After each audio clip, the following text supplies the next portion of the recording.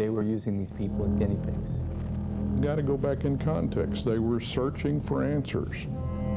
How did these researchers get away with this kind of criminal behavior?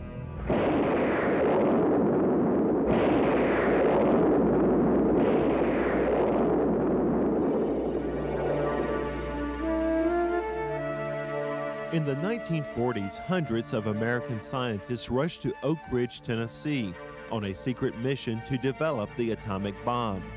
But that wasn't the only secret of the Manhattan Project. Recently declassified documents show some Oak Ridge scientists were also engaged in other top-secret experiments. Experiments to determine the effects of radiation on humans. Unscrupulous people in the scientific community did things that I would characterize as evil.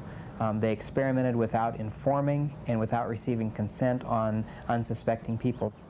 One of the first human guinea pigs was a truck driver involved in a serious wreck here in 1945.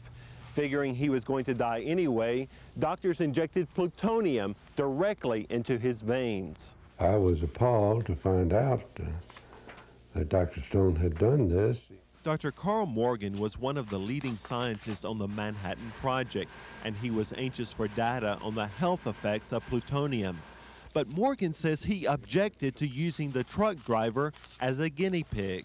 The experiment certainly was not conducted with his approval or even with his knowledge, because he was apparently completely unconscious at the time this injection was carried out.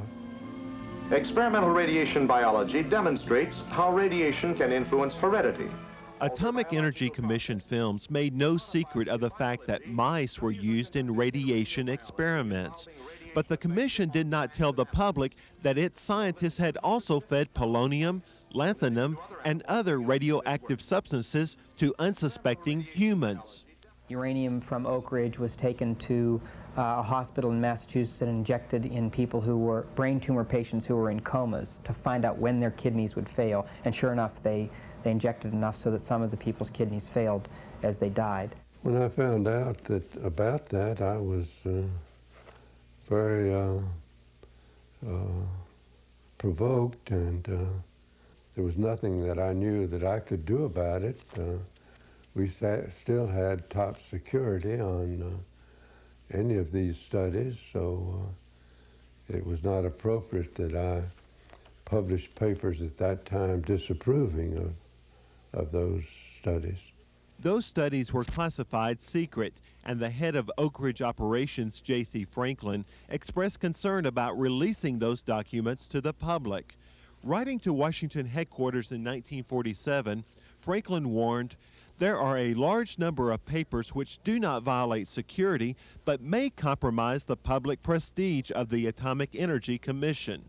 I think that the experiments show us that if the government's not held accountable, it will justify not only good but also bad things. It won't reflect appropriately on the moral issues, and it will eventually and inevitably betray the public trust.